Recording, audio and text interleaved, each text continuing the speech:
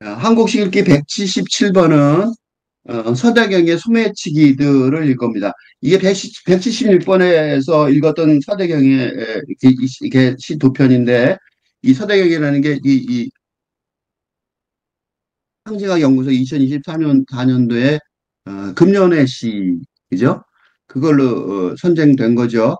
그래서 이승원 평론가가 대표로 서대경의 시에 대해서 이제 평론을 하나 썼어요. 그래서 그걸 먼저 읽으면 좀 도움이 될 것 같아서 그걸 먼저 읽으려고 합니다. 그러니까 불합정의 우주로 유영하는 산문시, 서대경의 시가 산문시이죠. 그래갖고 이승원 평론가의 평론을 먼저 읽고 그러면 시 읽겠습니다. 나로부터의 탈주. 나로부터의 탈주가라는 게 짐작이 되죠? 그러니까 나가 뭐예요? 근대적 자아죠. 그러니까 이 산문시를 쓰는 이유가 이 근대적 자아가 어, 를 탈주할 수밖에 없는 그런 시대라는 거죠. 그 불확정의 우주로 유형하는 이것도 이제 충분히 이해가 되죠. 그러니까 탈출한다는 거는 탈근대적 세계관, 그죠? 탈근대적 자아 탐구죠. 응? 또 세계관 탐구, 자아 탐구만 아니라 자아가 자아 세계관이죠. 세계 탐구죠. 자아만 아니라 탈출해서 돌아다니는 곳이 있어야 되니까 세계겠죠. 그러니까 새로운 탈근대 시대에 그거 있겠죠. 서대의 두 번째 시 굴뚝의 기사는 산문시가 주류다. 산문시 비중은 첫 시집 백치는 대기를 느낀다보다 더 커졌다. 이 백치도 왜 나왔는지 알겠죠? 백치. 바보죠. 아무것도 모르는 바보. 근데 그 바보가 왜 바보가 됐냐면 이것도 짐작이 되죠. 근대 시대에 적응을 못하는, 그지? 근대 시대에 거의 적응을 못하는. 왜 그러냐면 너무 탈근대적이라서. 그렇겠죠? 짐작이 되죠? 그러니까 대기를 느낀다는 뭐냐면 새로운 공기죠. 탈근대 시대에 새로운 공기가 오르니까 그 대기를 느낀 대기, 새로운 시대의 대기를 갖는. 그러니까 그의 산문시는 대부분 이야기를 포함하고 있고 왜 이야기를 포함하냐면 지금 내가 말하는 그런 새로운 세계관을 찾으니까 내포하고 있고 그러니까 그 내포했다는 소리는 겉으로는 아니지만 그 대개를 느끼는 새로운 시대를 느끼는 그거니까. 그다음에 주제는 존재 탐구의 흐름이죠. 왜 존재 탐구를 해야 되냐면 근대 시대에 나가 적응을 못하니까 존재하지 못할 수 있는 상황이니까. 그래서 나를 포함한 인간이라는 존재자의 위상과 의미를 탐사하는 거죠. 거기에 기운이 집중된다. 시인은 굴뚝과 기사에 실린 에세이 원숭이와 나에서 원숭이는 얘기했죠. 원숭이 그 불교식으로 그 감각에 휘둘리는 어, 자기를 찾지 못해서 감각에 휘둘리는 진짜 나를 찾지 못하고 감각에 휘둘리는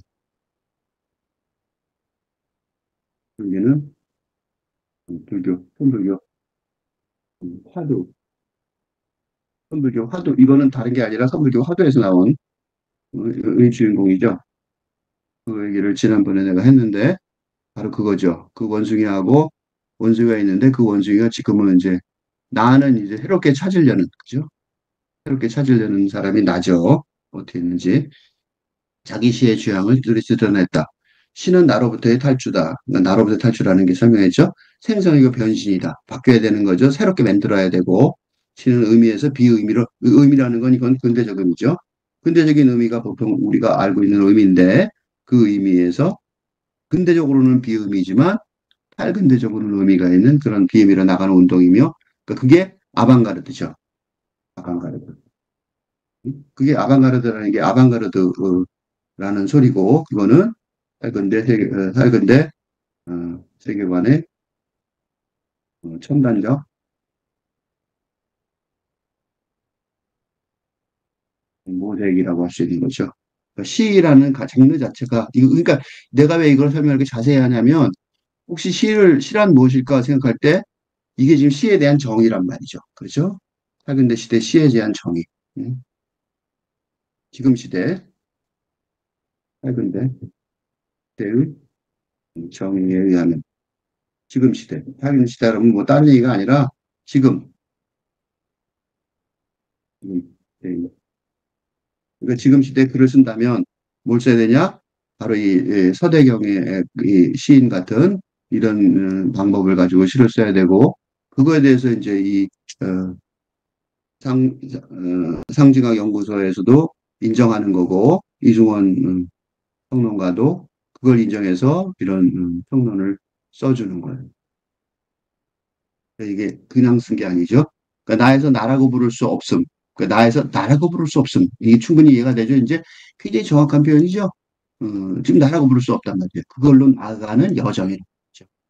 그 여정의 제일 앞에 선 게 시라는 장르예요. 산문이라고 썼지만 사실은 시라는 장르 거고 왜 산문을 쓸까요? 그 상황을 또 설명해야 되니까 세계의 의미를 확정할 수 없고 그렇죠? 이제 근대 세계가 아니라 다른 새로운 세계니까 뭔가 시대 전환의 세계니까 시대 전환 상황이지. 근대에서 짧은 대로 시대 전환 상황이니까 세계의 의미가 뭔지 정확하게 확정하기가 어렵죠. 지금 세상이 다 그렇단 말이죠. 그리고 나의 위상도 확인할 수 없는 거죠. 지금까지 알고 있던 내가 아니에요. 의미의 유동이 발생하고 의미가 유동이라는 건 뭐냐면 유동이라는 건 여기서 흘러다닌다는 소리예요. 유동. 이렇게 육체처럼 액체처럼 흘러 움직이는 한 곳에 정착하지 않고 이리저리 옮겨 다니는 거죠. 그러니까 뭐가 뭐 이게 이런 거야 저건 거야 하고 헷갈린다는 거예요. 의미와 비의미의 벽이 허물어진다. 이게 의미 있었는데 지금 비의미가 되고 알 수가 없는 거죠. 이 알 수 없는 세상, 알 수 없는 세상이라는 말이 맞죠. 그러니까 알 수 없는 내가 나라고 쓰고 창조할 때 바로 이 순간에 뭐가 필요해요? 바로 이 순간에 이럴 때 이런 상황 이럴 때 시라는 예술 장르가 필요하 필요하다 필요해지. 즉 산문 왜냐하면 이럴 때 즉 어떤 때요? 산문의 세계가 무너져 버렸을 때 어? 그때 이제 시라는 예술 장르가 필요하거든요. 그러니까 바로 지금 그래서 내가 행동하고 쓰고 창조할 때.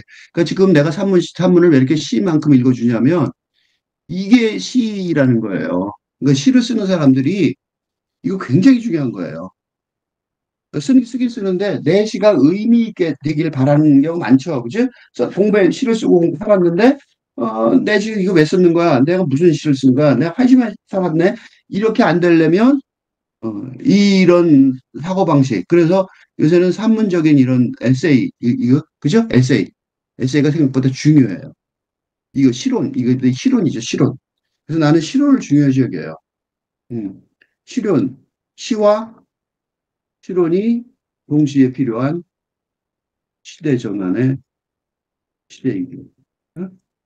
그러니까 시론을 옛날에 다른 시인들은 안 썼는데 지금 시대는 아니란 말이죠. 지금 시대는 시론을 그 요새 시인들의 에세이집이 많이 팔리죠. 그 누구나 다 써요. 거의 그 누구나 다 쓰는 것 같은 느낌이 드는 이유가 그렇단 말이죠. 그러니까 시의 처소는 어디에 놓이게 될 것일까? 그죠? 짐작이 되죠? 쓰기의 주체는 내가 될 수도 있고 쓰기의 주체 쓰는 사람이 누구냐? 누가 쓰느냐? 그럴 때 내가 될 수도 있고 내가 누군지 모르지만 그 근대적인 자아 내가 될 수도 있고 또 내 안에 있는 또 하나의 난 원수인. 이건 무슨 소리냐면 나라는 게 존재가 없어졌으니까 그지? 존재가 없어지니까 존재가 위장을 유지할 수가 없으니까 원숭이처럼 감각이 될 수 있고 그래서 원숭이가 중요한 거예요. 시의 등장인물인 요나가 될 수 있다.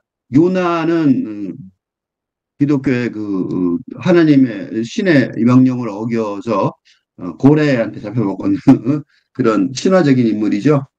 그러니까 이제 싫다. 내가 왜 그걸 해? 이제 이런 소명이 있단 말이에요. 시인의 소명. 그러니까 이제 소명, 이런 역사적 소명, 콜링이라고 그러죠.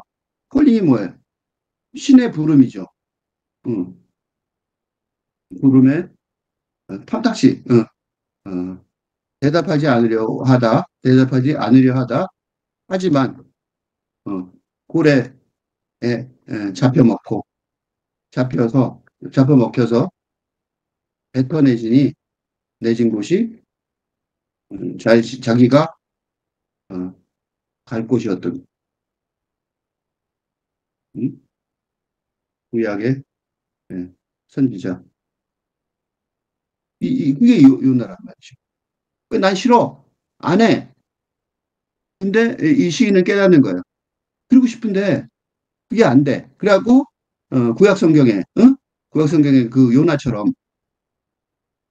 안 하려고 그랬더니 잡혀 가봤더니 결국은 가 있다는 거예요. 그 요나 같은 그래서 요나 나도 요나야 그런 느낌이 드는 거죠. 뭐가 되든 그게 뭐 별로 중요한 게 아니라 의미의 불확정성은 불확정의 세계의 도가니 속에서 힘차게 요동친다는 거죠. 산문시는 두 종류가 있어요. 하나는 이미지를 중심으로 한 산문시고 이미지를 중심으로 한 산문시는 뭐가 중요해요? 이론은 세계관은 고정돼 있죠. 확정된 확실한 확정된 세계관 속에서 진행된 대부분 이런 이 산문시를 많이 봤을 텐데 이 배경 시인의 산문시는 스토리를 중심으로 한 산문시란 말이죠. 왜 스토리를 중심으로 한 산문시가 되냐면 후자 쪽인데 스토리텔링이 중점인데 왜 스토리텔링을 해야 돼요?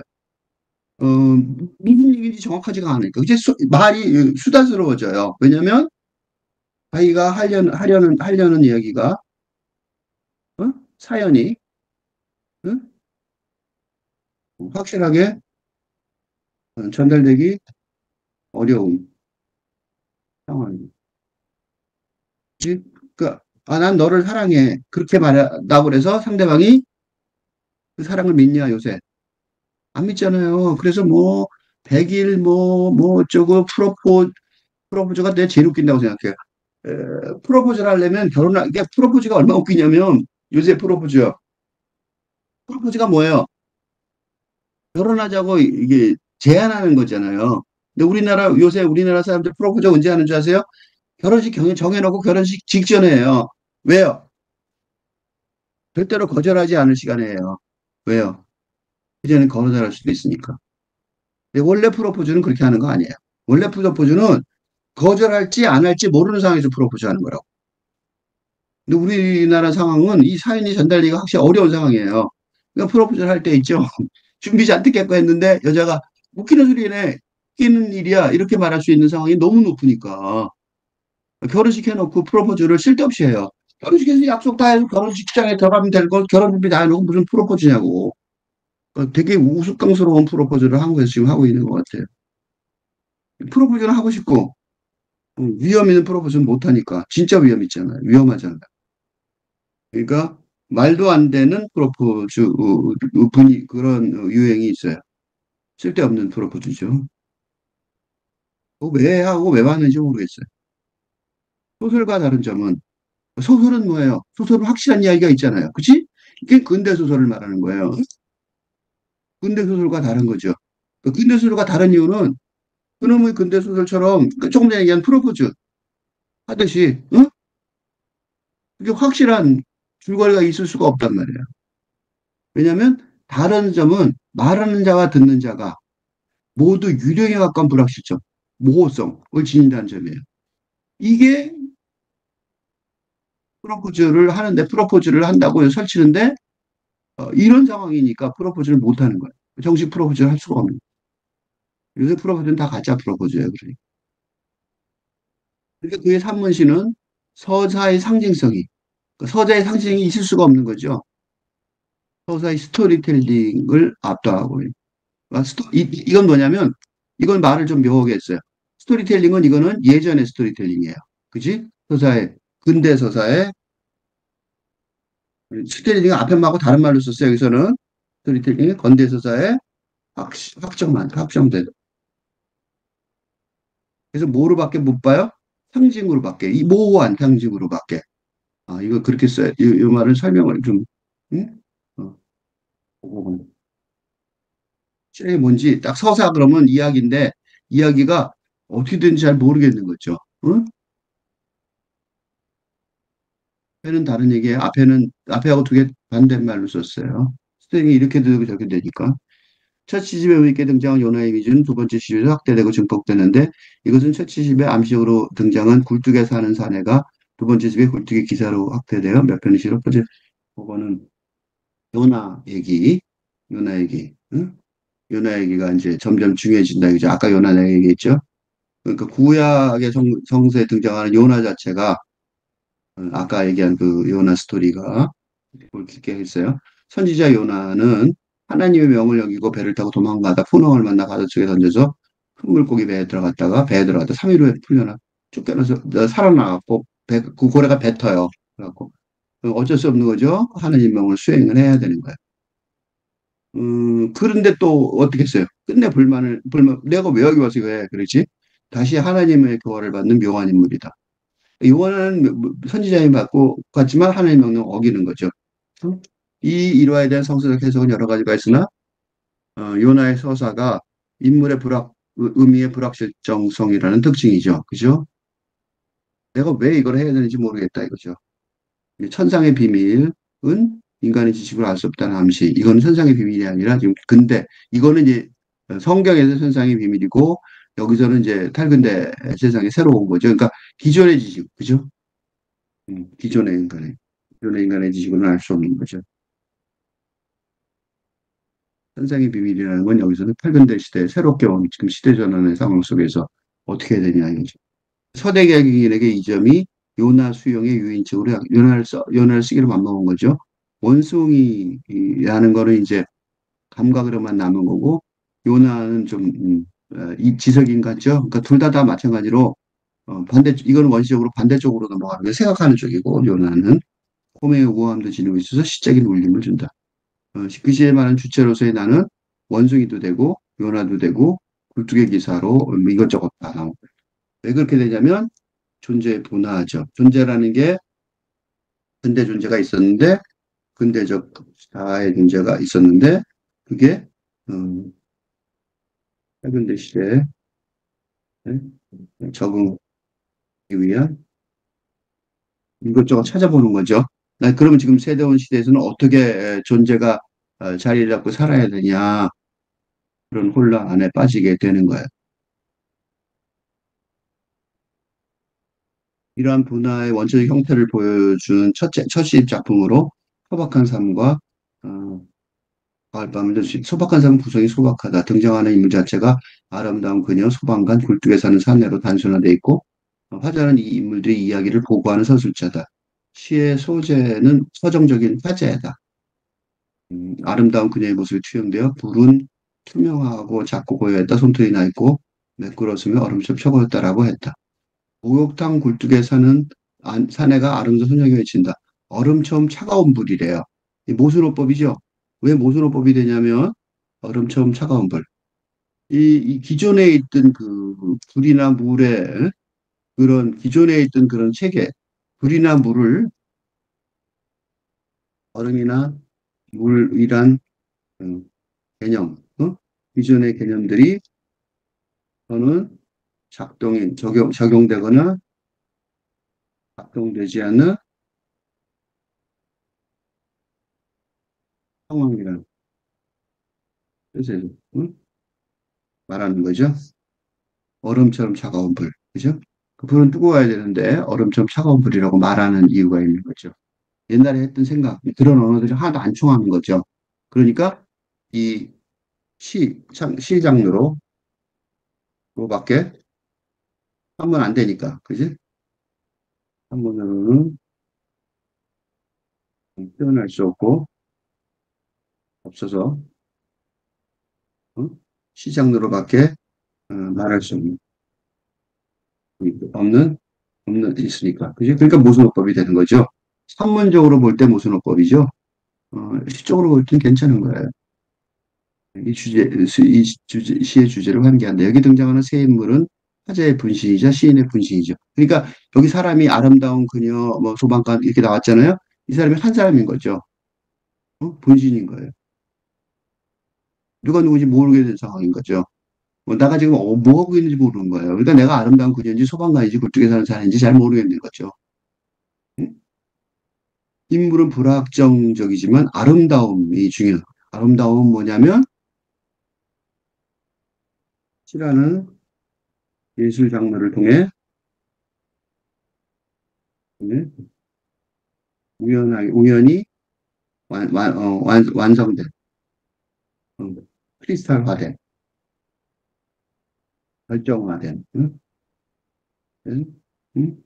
결과물이니까. 그죠? 실현 일정도 필요한 게, 이 세상에서 뭐, 이게 무슨 세상이야? 어떻게 된 거야? 하고 할 때, 어떻게든지 한 가지 정리된 한가를 뭘 보여주고. 그죠? 그게 이제 이 시라는 장르가 필요한 거예요. 그래서 아름다움이라는 단어가 중요해지는 거죠. 가을밤은 머리와 꼬리가 메비우스의 띠라는 이미지가 많이 등장을 해요. 머리와 꼬리가 몰려가는 어떤 기하학적 그 모양이죠. 응? 손과 손이 서로를 그리는 모리스 호르네너스 애쉬의 그림 연상시키는 구조. 그러니까 이게 어디가 시작이고 어디가 끝인지 모르겠는. 그러니까 즉 다시 말해서 어디가 시작이고 어디가 끝인지 모르겠는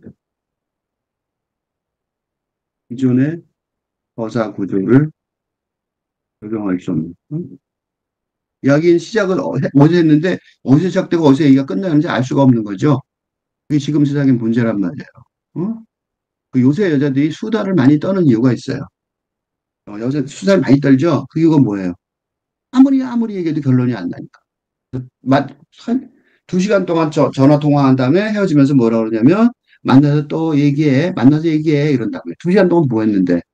그게 이유가 있어요. 난 여성들의 수다에 대해서 동의해요. 어디가 시작이 어디가 끝인지 모르겠으니까. 그치? 세상을 파악할 수가 없는 거예요. 응? 내가 말이야, 내 남자친구가 말이야, 내 남편이 그렇게 얘기를 해요. 이해하려고 자기 삶을 이해가 안 되죠. 응? 응? 여러분들의 끝없는, 그렇죠. 그렇죠? 지금 시대. 할 수 없이 그렇게 수다를 떨어야 되는 거예요. 그래도 뭐, 끝이 없죠. 이해가 안 되는 거야. 그지? 자기 삶을 이해하려 하지만 아무리 노력해도 할 수, 평온을 선. 응? 그래서 악몽의 형식, 악몽이란 단어가 나올 수밖에 없죠.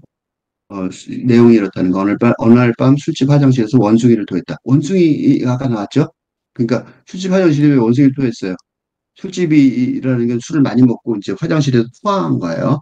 즉, 다시 말해서 인사불성이 되어 술 마시니까 뭐가 남아요? 본능이 튀어나와 버린 거죠. 원숭이 앞에서 말한 것처럼 시인 화서의 내면적 분신이죠. 이때는 이제 본능이 튀어나오는 내면적 분신이죠. 내가 토했다고 서술했지만 사실은 원숭이가 내 안에서 자진해서 나온 것으로 돼 있다. 거나, 그죠? 내 안에, 그러니까 이게 숨겨져 있던 토한다 그러지만 사실은 자진해서 나온 거죠. 왜냐하면 토하는 것 자체가 그렇죠. 내 안에 살던 2개의 손이 내 입을 벌렸고, 내 입을 통해 또 원숭이가 타일 바닥에 소리를 내며 떨어졌기 때문이다. 이 원숭이의 동작을 소설의 장면처럼 사실적으로 묘사를 해요. 왜냐하면 진짜 사실이니까, 그런 게 현실이니까. 이거에 사람들 공감할 거예요. 그래서 자기가 이제 술을 먹고 이런 상황이 됐던 사람들은 아니면 안 됐더라도 짐작할 수 있죠. 뭐 이런 데서 이제 독자들이 충분히 공감을 하고 바로 이것 때문에 이 서대경식이 이렇게 평가를 받은 거일 가능성이 높아요. 나는 그 작은 원숭이의 겁먹은 표정을 보다가 자기 매트 속에 그것을 품었다. 그래서 근데 어떻게, 그죠? 그 원숭이는 꼬리를 감추고 매트 속 주머니 안에 얼굴을 파묻은 채 가늘게 몸을 떨었다. 아마 술이 취해서 아마 떡이라도 먹고 토한 사람들, 그 토한 걸 보면서 그 토한 거는 뭐 그런 안 좋은 거지만 사실은 거기에 나온 건 나잖아요. 응? 연민을 엉기는 길로 봐야 되는 원숭이죠. 왜냐하면 그게 자기 분신이니까 그렇게 볼 수 있어요. 그래서 굉장히 좋은 묘사예요. 이거 아주 서대경 시인의 굉장히 중요한 그 이미지라고 볼 수 있어요. 좋은 시인이라는 걸 알 수 있어요. 이걸 보고. 나와 숫자를 나는 사내가 원숭이를 보고 놀라서 어디서 나는 원숭이냐고 묻는 거죠. 근데 그 숫자를 나누던 사내는 사회 속에 자아일 텐데 그 타인이 자기한테 자기가 그렇게 속에 있는 원숭이를 끄집어내면 깜짝 놀라죠. 그치? 사내는 다 안다는 듯이 현학적인 말을 한다. 자네도 알다시피 그놈은 자네의 무의식된, 억압된 무의식의 외화된 형체일 때, 바깥으로 나온 형체다라고 말해. 이 말은 나와 원숭이의 존재론적 위상을 드러내는 듯하다. 사내는 이어서 겁먹은 듯 보지만 저놈의 본성은 교활하고 잔인하지 하고 원숭이의 속성까지 얘기해준다. 사내의 말을 뒤로 하고 보통 세상 사람들은 그래요. 그치? 근데 이음은 이 시가 안 되는 거죠. 근데 이제 사내의 말을 뒤로 하고 보통 사람들은 그렇게 했을 때 그래 내가 속마음 알아 너 어? 술 먹고 막 본능을 얘기하는데 그 술 마시고 1차, 2차, 3차 가는 이유가 사람들이 가면을 쓰고 산 가면이 벗겨진 그지? 가면이 벗겨진 그 뒤를 보려고 그런다는데 서로 안 말하죠? 서로 안 벗겨지고 우리나라 사람들이 술 많이 먹는 게 그거죠.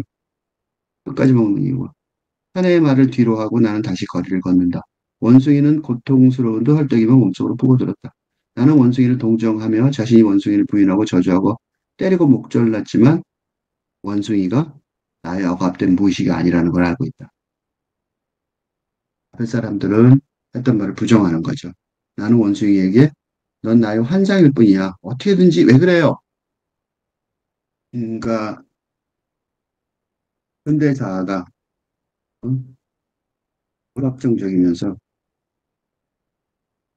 여기면 발생하는 증상, 응? 모든 증상에 어, 붕괴의 증상, 원숭이처럼 어, 그래서 그렇게는 응? 뭐예요? 언어와 함으로써 응? 함으로써 어, 그 붕괴의 현상을 어, 잊어버리려고 하지만 그렇게 되지 않는 현실. 이게 이제 최근의 시대의 현실이죠. 그러니까 언어화가 안 되는 거죠. 언어화가 되면 이 산문화가 되는 거죠. 은 시로밖에.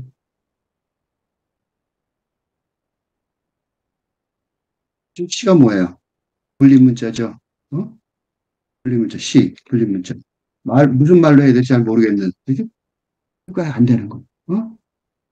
그러니까 어떻게든지 이것들 말로 표현해서, 아, 이거 뻔해. 나 뭔지 알겠어. 라고 해보고 싶은 거야. 그 자신의 억압된 무의식, 그러니까 사람들은 그러는 거죠. 억압된 무의식이 나온 거야. 라고 사람들이 말하는데, 그건 아니고 자기는 그냥 환상이야. 라고 말해보고 싶어. 그렇게 단언해버리고 싶어요. 그게 과연 안 되는 게 문제인 거죠. 그 경험, 그런 경험, 이런 경험이 시를 읽는 독자의 경험이 되면 이 시는 성공하는 것이고, 이게 서대경 시인이 성공한 시인으로 라고 볼 수 있는 거죠. 그러면 나의 실체는 무엇이고 원숭이의 존재성은 무엇일까? 그것에 대한 뚜렷한 답은 없다. 이게 답이죠. 이게 답이에요. 예. 이게 이제 이승원 평론가가 서대경 시인이 왜 좋은가를 설명하는. 나는 온몸이 억울한 채 떨고 있는 가엾은 원숭이를 꺼내 가을에 하늘고 메마른 달빛 아래 내려놓았다. 원숭이는 가을에 달빛을 받아 눈부시게 반짝했다. 정말 아름다운 묘사다. 아름다운 묘사야. 뭔가를 만들었어. 너는 누구냐? 나의 질문에 물음에 원숭이는 자꾸 투명한 눈동자로 나를 바라보며 죽고 싶어. 속삭여. 뭔가 감동이 있죠? 이 참혹하게 슬프면서 차분하게 아름다운 가을밤의 장면, 그죠? 음, 나라는 인간 존재 위상에 대해서 많은 걸 생각해야 한다. 그래서 내가 성공했다 그런 거야. 내 몸속에 입을 벌리고 튀어나온 그 존재는 나의 분신인 것 같지만 환상 같기도 하다. 내 몸 안에서 뛰쳐나왔다고 했지만 사실은 내 몸과 안과 밖도 구분할 수 없는 거죠. 그죠? 그렇게 말할 수 없어요. 그렇게 통제가 되면 이건 내 몸에서 들어온 거야 라고 말하면 얼마나 좋겠어요. 통제가 안 되니까 사문으로 안 되는 거죠. 그 원숭이는 내 안에서 튀어나온 것이 아니라 처음부터 내 밖에 존재했는지도 모른다. 이게 이제 평론가 이승원이 얼마나 뛰어난지 볼 수 있는 거예요. 요거를 이 사실을 설명해 내잖아. 그죠? 예. 어? 평론가 이승원의 아주 뛰어난 평론가죠. 평론가 이승원이, 말로 설명할 수 없는 시의 내용을 독자를 위해 어느 순위까지, 정도까지 말로 설명해 내고 있는데 이게 바로 지금 이 지점에 평론가가 뛰어나다는 건 이걸 뜻해요. 그렇구나 하고 설명해 주는 거죠. 그리고 이게 시인한테 도움이 되는 거예요. 왜냐하면 한 발짝 더 나갈 수 있게 하는 거죠. 독자와 함께. 원숭이에 대한 증언은 연민과 통하고 동정은 경멸과 통한다. 이게 반대되는 감정인데 만난다는 거죠. 그지? 이 상반되는 감정 자체가 존재의 이중성, 양면성을 증명한다. 멋있죠? 해설이 멋있어요. 나라는 존재는 늘 이중적으로 변화된다. 그죠? 나를 확정할 수 없으므로 나는 또한 영원한 타자에 불과하다. 그지? 나 또한 영원한 타자에 불과한 이게 바로 원숭이라고 붙인 거죠. 요나라고 붙이고. 내가 타자로서 나를 응시할 때, 근데 이게 중요한 게 뭐야? 이거죠. 내가 타자로서 나를 응시할 때 나의 존재성이 바로 떠오르니까 그래. 응? 내 안에 무엇이 있을지 알 수 없지만 내 안에 많은 것이 담겨 있다는 상상을 어느 정도 가능한 거죠. 타자인 나는 모든 존재한테 열려 있어요. 이게 지금 타견의 시대죠. 신은 알 수 없는 나와 인지 가능한 타자의 긴장 속에서 탄생한다. 이게 그 서대경 시인의 실론이기도 하지만 이중은 뭔가를 그런 얘기를 하기에 뛰어난 결론이 그죠? 이제 알 수가 없단 말이죠. 그러니까 현재 나가 누군지 알 수가 없는 세상이죠. 어, 그래서 신은 알 수가 없는 나, 그런 파견된 시대인데 중요한 건 뭐냐면 그게 알 수가 없는 나라는 걸 확인시켜주는 세상이 왜 확인이 되냐면 바로 인지 가능한 타자하고 긴장 속에서 그 세상 속에 사니까. 그래서 그 아까 타자 있었죠? 그 사람, 상대방에 있던 사람, 그 사람 중요해요, 생각보다. 그 영원한 타자이가 나옵니다. 가을밤과 유사한 구절 이제 두 번째 시집의 작품은 천사다. 이 시의 화자는 여성이다. 그녀는 창문을 두드리는 소리에 잠에서 깨어나 타자에게 이제 창문을 두드리는 소리가 들리는 거죠. 혼자 어떻게든 버티고 살 수가 없어요. 자신의 아파트 집은 아파트 10층인데 창문을 열자 알몸의 사내가 냉기를 뿜어 당 안으로 떨어졌다는 거. 차가운 대기 안에 안으로 들어와서 그런지 사내의 몸에 사내의 양 어깨에는 크게 이게 그게 보통 사람이 아닌 게 축제에 이르는 양상한 날개가 힘없이 퍼덕이고 있다고. 이 정황은 앞에서 본 가을밤의 상황과 유사하죠. 근데 아까는 안에서 튀어나온 원숭이고 이번에는 밖에서 온 날개 달린 사내, 천사 같은 사내죠. 근데 천사인데 천사가 아니라 무기력한 알몸의 사내가 된 천사죠. 이 정황은 앞에서 본 가을밤의 상황과 유사하죠. 그래서 구조적으로, 그죠? 구조적으로 유사하죠. 단지 차이점은 밖이냐 아니냐, 밖에서 들어왔냐 안에서 들어왔냐 그 차이밖에 없는데 그것도 뭐 그 비슷하죠. 이 기이한 상황이 아무렇지도 않은지 당연히 아무렇지도 않죠. 이 현실이니까. 그녀는 말을 침대에 앉아있고 사내는 커피잔을 잡고 창틀에 걸쳐다 바깥에 내려갑니다. 창밖에 눈가루가 한가득 낀 정을 때리고 있다. 사내가 그녀를 바라보자 그제야 그녀는 부르르 몸을 떤다. 그녀는 불현듯 다가가 사내의 몸을 껴안고 싶다는 충동을 느낀다. 이 기이한 상황의 연속 속에서 사내는 그녀에게 하마터면 얼어 죽을 뻔했네. 혹시 담배 가진 거 있어라고 말하면 걱정할 것 없어. 너는 곧 나를 잊게 될 테니까. 덧붙인다. 외로움에 시달리죠. 우리는 이렇게. 사실성이라고는 전혀 없는 이 환상적 상황. 이렇게 말하기도 곤란하죠. 사실은 이 사실성은 이 물질적 사실성이 없는 거죠. 응? 하지만 심리적 사실성은 충분히 있죠. 이게 이제 그 점이죠. 그 일부 반어법적으로 쓴 거예요. 가을밤도 마찬가지죠. 원숭이가 진짜 있다고 볼 수 있어요? 심지어는 진짜 있죠. 사내는 마치 그녀가 자신이 그녀의 분신이라도 된 듯이, 응? 너는 나를 잘 알고 있다고 말한다. 그러나 그녀는 사내를 전혀 기억하지 못한다. 사내는 그녀의 꿈의 존재이자 무의식에 분하다. 하는 너를 찾아온 것이 처음이 아니라며 등 뒤로 날개를 펼치고 허공으로 몸을 던진다. 그녀는 창으로 다가가 어둠 속에 노려보았으나 전신주 불빛 아래 눈가루가 은빛일처럼 이거 멋있죠? 아름다워요. 이 장면은 참으로 아름다운 문제다. 그치? 우리가 눈을 보면서 뭔가 아름답다고 느끼는 이유 중에 하나인 거죠. 그녀는 서둘러 책상 위에 백지를 펼치고 펜으로 이 사건을 기록할 것처럼 행동을 취했으나 기록할 수 없죠. 기록할 수 없어요. 왜? 기록할 수 있는 응?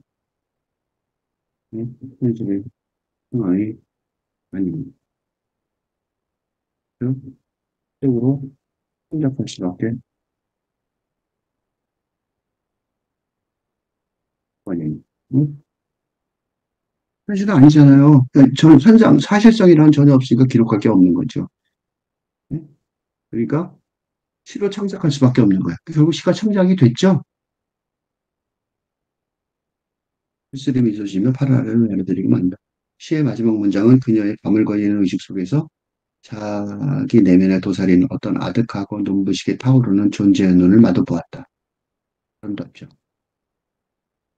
요컨대 가을밤의 원숭이가 자기 내면이 된 변형된 타자의 모습이듯 이 시의 산에도 내면이 타자화된 부지라는 뜻이다. 그러니까 이 지금 이 시대의 시의 이 서대경 시인의 시세계는 뭐예요? 그런 분열된 타자, 그지? 서대경 시인의 시세계는 분열된 타자, 분열된 나, 타자와 공존하는 나를 내용, 나를 형식화하는 하여는 상당의 상상력의 노력, 그겁니다. 이렇게 말할 수 있죠. 우선 일단 이렇게 설명할 수 있어요. 그죠? 어떻게든지 이제 그거를 형상화하려는, 형상화하려는, 형식화보다는 형상화가 더 말이 맞겠죠? 형식화를, 형식으로 만들려는 또는 형상화하려는 이미지, 이유, 음,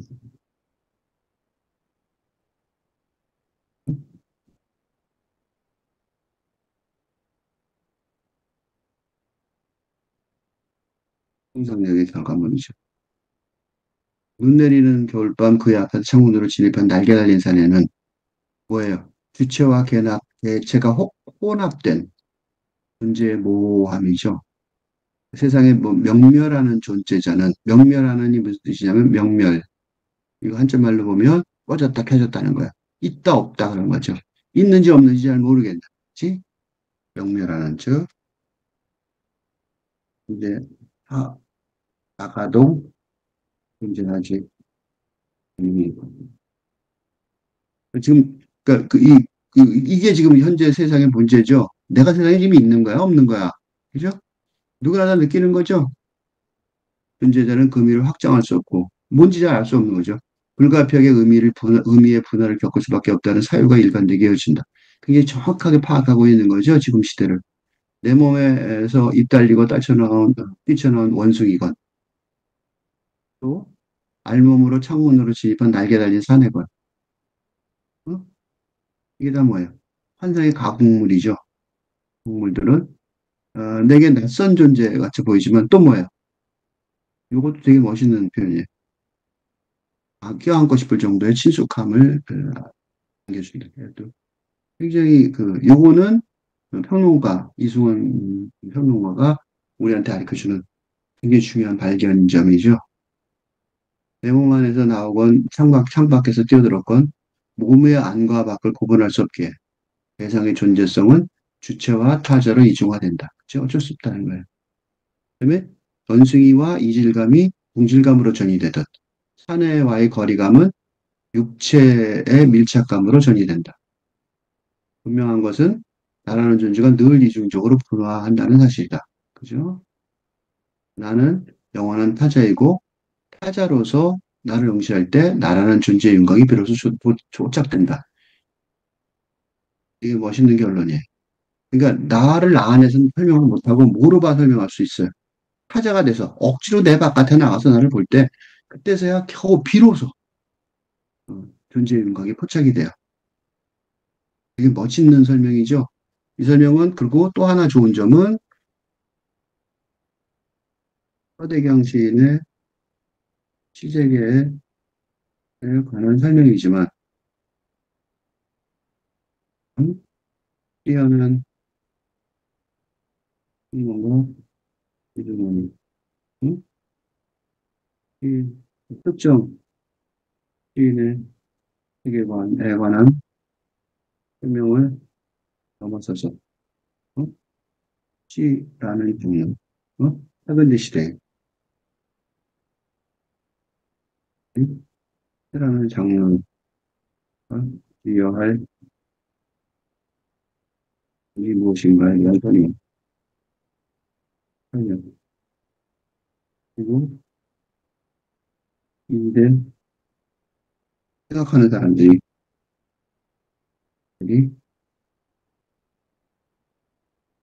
응? 당신의 잘 이해를 하려고 할 때 생각해야 할 부분 알려주고 그죠? 그렇게 알려주고 있어요. 이게 되게 중요한 거죠. 왜 그러냐면 이걸 알아야 어떻게 돼요? 우울과 불안이 없어지죠. 응? 난 이런 사람이야 하고 하게 되면 우울과 불안이 없어진다고. 그죠? 이세 사람이, 이세 생각하는 사람들이, 생각하려는 사람들이, 응?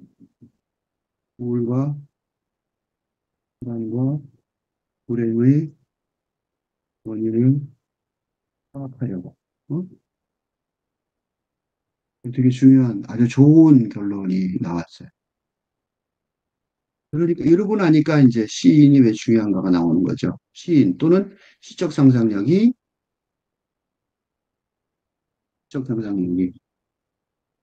응? 왜 중요한가를 알게 되는 거예요. 어, 이종원 평론가는 내가 한 번 정도 만난 적이 있는데 뛰어난 대표적인 지금 시대 대표적인 평론가 중에 한 분이죠.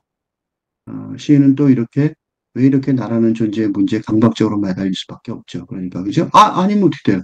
이거 매달릴 수밖에 없어요. 대표적인. 알 수 없는 나와 인지 가능한 타자의 긴장 속에서 시가 창조되지만 이거 되게 중요한 말이에요. 이거는 앞으로 위에 우리가 읽어야 하는 그 시, 알 수 없는 나와 인지 가능한 타자의 긴장. 요게 위에 시를 읽을 때 우리가 시를 읽을 때 계속해서 신경 써야 될 어떤 하나의 주제라고 볼 수 있어요. 읽을 때 시를 읽기 전에 이제 읽고 있잖아요. 그 속에서 시가 창조되지만 그러니까 중요한 건 뭐냐면 이런 창조 과정 속에서 그는 무엇을 얻으려고 하는 것일까? 요 질문이 우리가 읽은 이 서대경 시인의 시를 읽을 때 읽어야 되는 질문이에요. 그러니까 도달하려는 지점은 어디인가? 그죠? 현재의 시장이 끝없이 미끄러지는 부활학 정서의 공간을 배회하며 그것을 이유하는 것으로 삶이 채워질 수 있을까? 그죠? 채워지지 않은 삶을 원한다고 해도 삶을 살아낼 수 있는 것일까? 어? 이런 변미는 어떤 자리에 이르는 과정이란 말이죠. 그런 실정적 차원에서 고독한 존재자의 무한정한 유형이 우리 모두의 실상이죠. 현실이란 말이에요. 그 고독한 존재자가 모여 이루는 가상의 군락이 가공의 꿈으로나마 이게 가상의 군락이 가공의 꿈으로나마 조성돼야 삶이라는 문자가 성립이 되겠죠? 뭔가 그 가상의 군락이 고독한 존재, 뭐가 생겨야 혼자 살 수는 없는 거 아니야. 그러니까 이게 뭐여서 뭐가 돼야지 삶이라는 게 뭐 이루어지지 않을까. 되게 중요한 지적을 했어요. 이거 되게 중요한 말이죠. 이게 서대경 시인이 하고 있는 질문이고, 이 질문에 대해서, 이승훈 평론가가 정확하게 보여주고 있어요. 정확하게 요약해주고 있어요. 외로운 우리의 마음에 언저리 그런 가상의 꿈을 그리우는 장면을 하나의 공상과학 소설처럼 희망의 심정으로 성적해 보는 것이다. 외로운 마음의 동무가 된다는 심정으로. 바로 이것 때문에. 이게 서대경 시인이 시인은 2023년도의 대표 시집의 시인으로 선정한 그리고라고 할 수 있는데 그러니까 우리가 시집을 읽으면서 바로 이거를, 이루어질 수 있는지, 그죠? 그거를 이제 지금 봐야겠죠? 요거, 요거를 다시 앞에 가서 한 번 더 읽어보면서, 여기서, 여기서 읽어보면서, 요거 읽어보면서, 음, 읽어보면서 이 시집들을 또 봐야 되겠죠. 그러니까, 알 수 없는 나와 인지 가능한 타자의 긴장 속에 시가 창조된다는 것, 그리고 그 창조 과정을 못 알아듣는 지점이 어딘가, 어? 그러니까 존재의 실상이 끝없이 미끄러지는 불확성적인 공간을 배회하며, 이 배회하는 걸 뭐라고 불렀어요? 소매치기. 소매치기는 불확정성의 공간을 배회하면서 잠깐 뭔가 얻는 거죠. 그것도 푼돈 같은 거죠. 그걸 유의하는 것으로 삶이 채워질 수 있을까?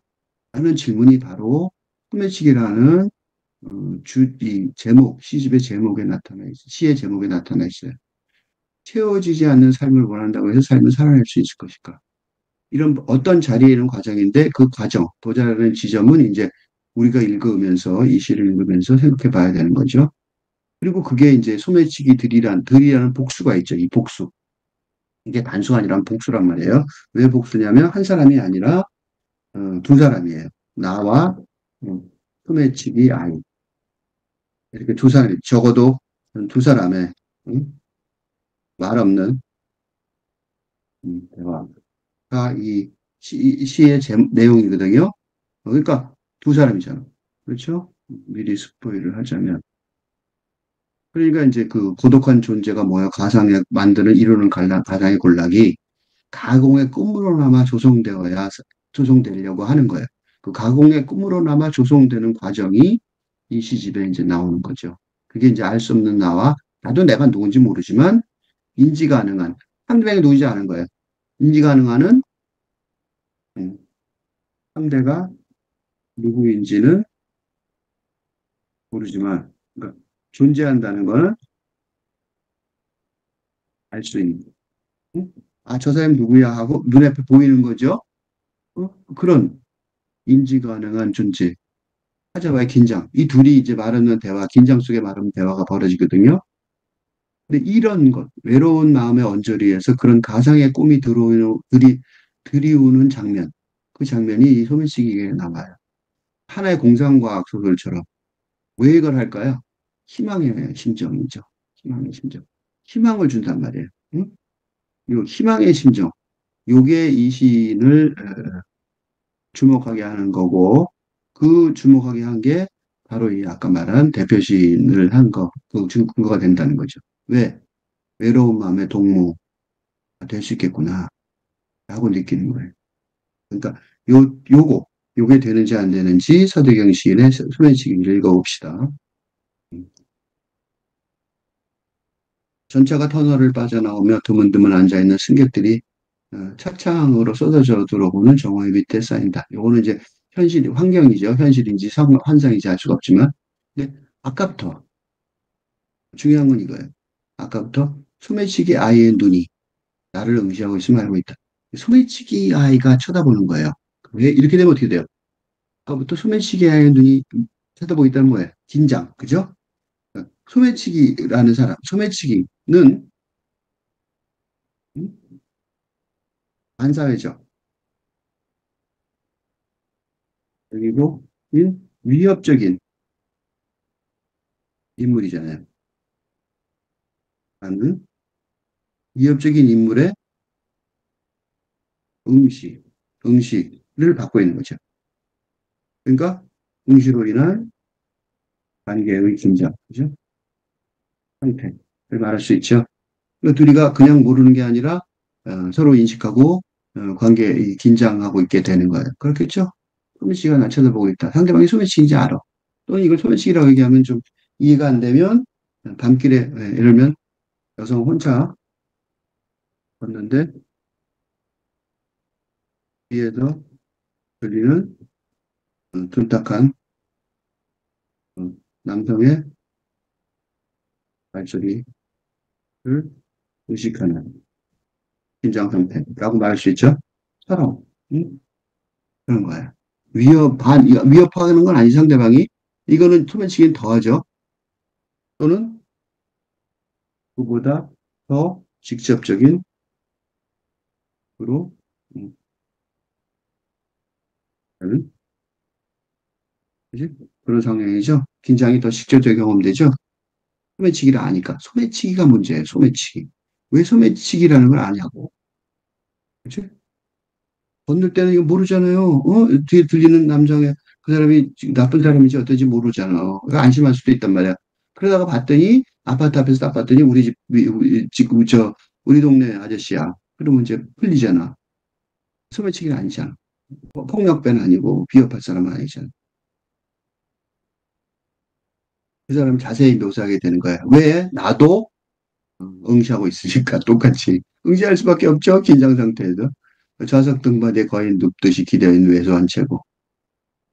체구는 왜소하지만 소매치기는 왜소여도 괜찮죠? 위협적이죠. 반팔 티셔츠 밖으로 드러나는 메마르고 하얀 창백한 팔. 창틀 위로 비스듬히 기울인 작은 머리통. 이게 이제 말하자면 현실 묘사예요. 이미지죠. 인물이 하나 있어요. 존재가 있단 말이에요. 그죠? 그러니까 아까 여기서 설명했듯이 상대가 존재한다는 생각할 수 있는 가능한 타자예요. 그렇죠? 그 말이죠. 음.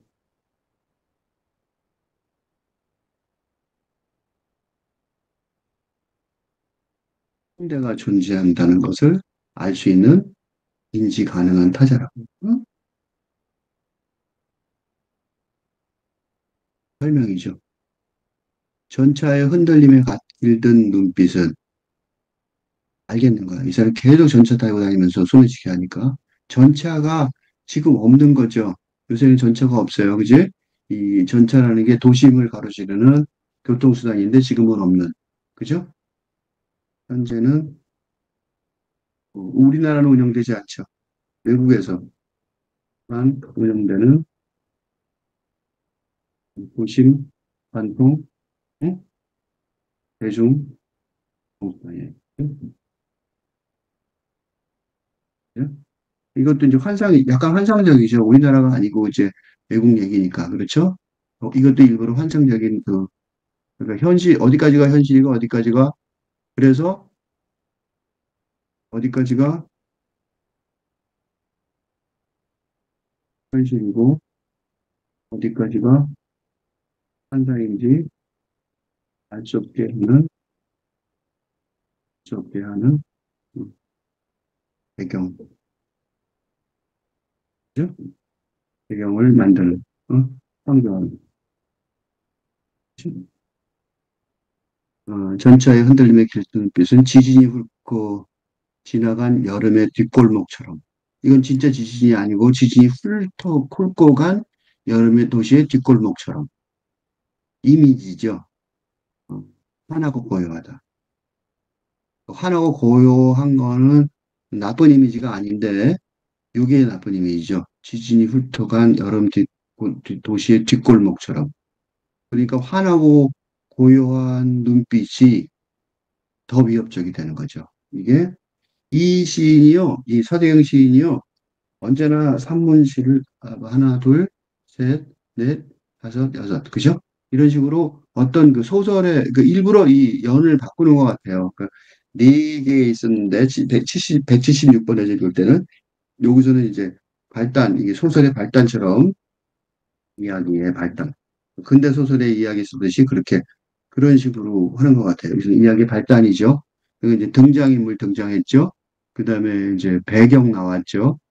그러니까 등장인물들하고 배경이 나왔어요. 뭐가 안 나왔어요? 이제 갈등이 안 나왔죠. 그죠? 전개. 그래서 다음 단계는 요거는 이야기의 전개. 전개 상황은 뭐가 있어요? 선악 등 그러니까 대립구도. 의 대립구도가 생기는 거죠. 얘기를 하려면 갈등 대립구도가 있어요. 갈등이 있어야지. 그지? 갈등이는 대립구도. 응? 그래, 우리가 소설 읽을 때는 그래, 서스펜스가 있어야 되잖아. 그래야지 계속 흥미를 가지고 있잖아요. 그러니까 이제 분명히 두 번째는 당연히 어떻게 대립을 하길래, 그지?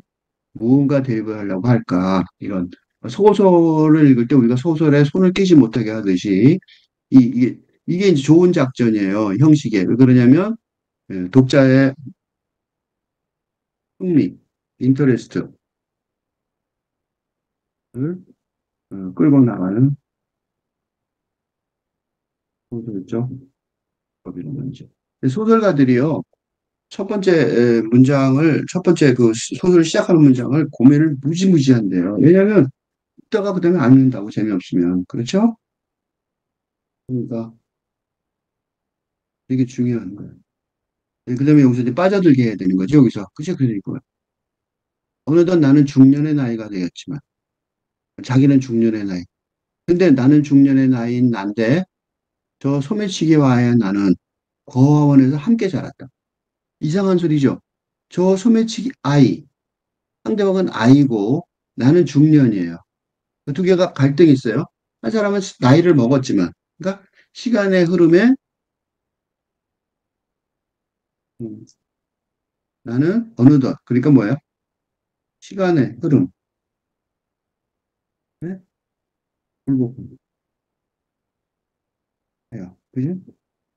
그러니까 현실 세계의 시간의 흐름에 굴복해서 어느덧이라고 말할 시간의 흐름의 변화를 가진 중년의 아이가 됐지만 저 소매치기와 아이와 나는 저 중요한 말이에요. 시간의 흐름에 소속되지 않을 수 있는 능력을 가짐으로써 아직도 아이의 존재 상태에 머물 수 있는. 참 웃기는 게, 근데 어떻게 돼요? 우리 기억은 있죠? 그러니까 저 소매 씨가 아이는 고아원에서 함께 자랐다. 이 쇼킹한 문장이에요. 응? 나는 고아원에서 함께 자랐다. 여기에 빠져들면 이제 이 사도행신의 시세계에 빠져드는 거죠.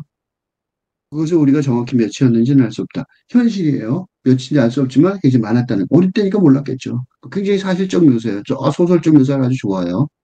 이 사람 언젠가 이 서대경 시인은 언젠가 소설을 쓸 수도 있을지 모르겠다 그런 생각을 했어요. 이 정도면 소설 뭐 뛰어난 소설가가 되지도 않을까. 그리고 저 시인들 중에 소설가 유명한 소설가들 중에 시인이었다고 소설가 된 사람 참 많아요. 잘 쓰는 사람 중에. 어린 내 눈에 그곳은 아득히 멀고 황량한 벽들로 에워싸인 끝없이 넓은 공간처럼 느껴졌다. 그죠? 어릴 때 그렇단 말이야. 창문은 없었다.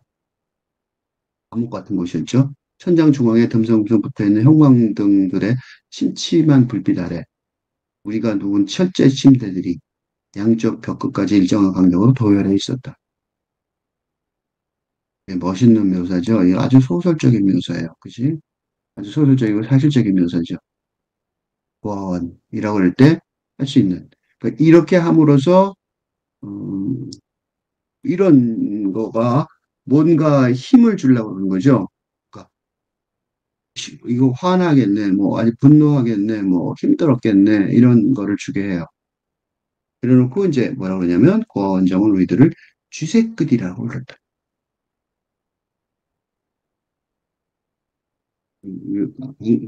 그 감정이 고조되죠. 복도에도 연통 밑에도 지하실로 내려가는 계단 위에도 얼굴 없는 우리가 있었다. 왜 우리가 쥐새끼들이었냐면 복도에도 연통 밑에도 애들이 왔다 갔다 하는데 고아 내려가도 있다고? 이거 사실적인 거죠? 그치? 이런 게 우리 현실이었다. 쥐새끼 같이 살았던 우리들 이런 뜻이에요. 이게 이제 그 고아원에 같이 살던 시절 얘기예요. 그리고 잘 썼죠? 사건이 벌어지는 거죠. 그죠? 이거는 상황이고 상황이고 사건으로 변하는 거죠. 사실은 요걸 말하려고 어, 이 사건의 정당성, 사건의 타당성 또는 사건의 설득력, 사건에 의한 사건의 설득력을 설명하려고 앞에 이게 쓴 거예요. 고아원이 불타던 밤. 그지? 사건이 벌어졌어요. 우리는 공포에 질려 찍찍거리는 쥐떼처럼 불길과 연기로부터 도망쳐 각자의 삶 속으로 혹은 각자의 꿈 속으로 흩어져 갔다. 되게 중요한 말이죠. 각자의 삶 속으로 혹은 각자의 꿈 속으로. 어떻게 돼요? 예를 들어 나는 작년에 아니면 어떻게 됐어요? 나는 뭘로 갔어요? 갑자기 삶 속으로 간 거죠. 나는 삶 속으로 들어간 거예요. 삶 속으로 들어갔으니까 그 삶 속에서 나이를 먹어버린 거죠. 근데 혹은 뭐야? 어, 전차 앞에서 앞좌석에서 그 건너편이죠. 앞에서 정확하게 앞좌석은 아니까 나를 응시하니 소매치기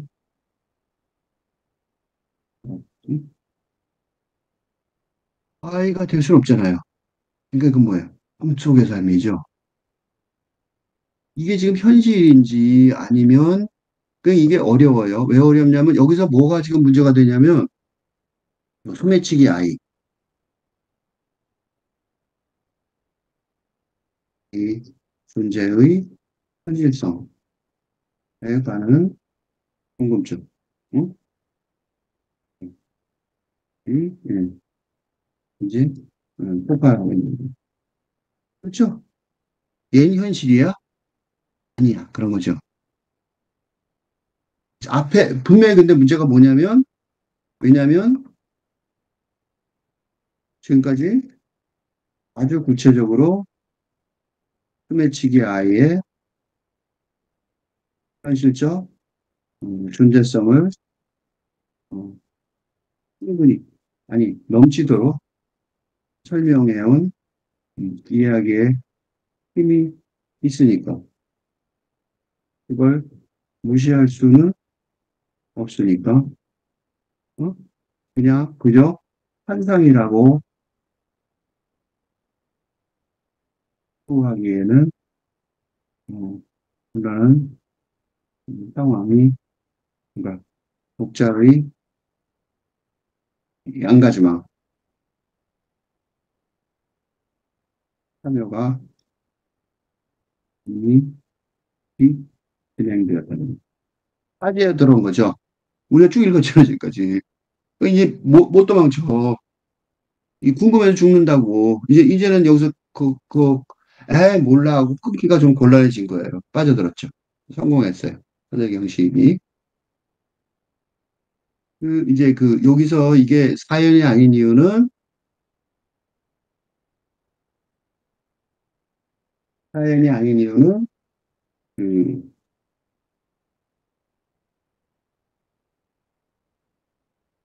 사연이 아닌 이유는, 이야기의 전개, 대립의 갈등 구도가 지금까지는 현실적이었는데,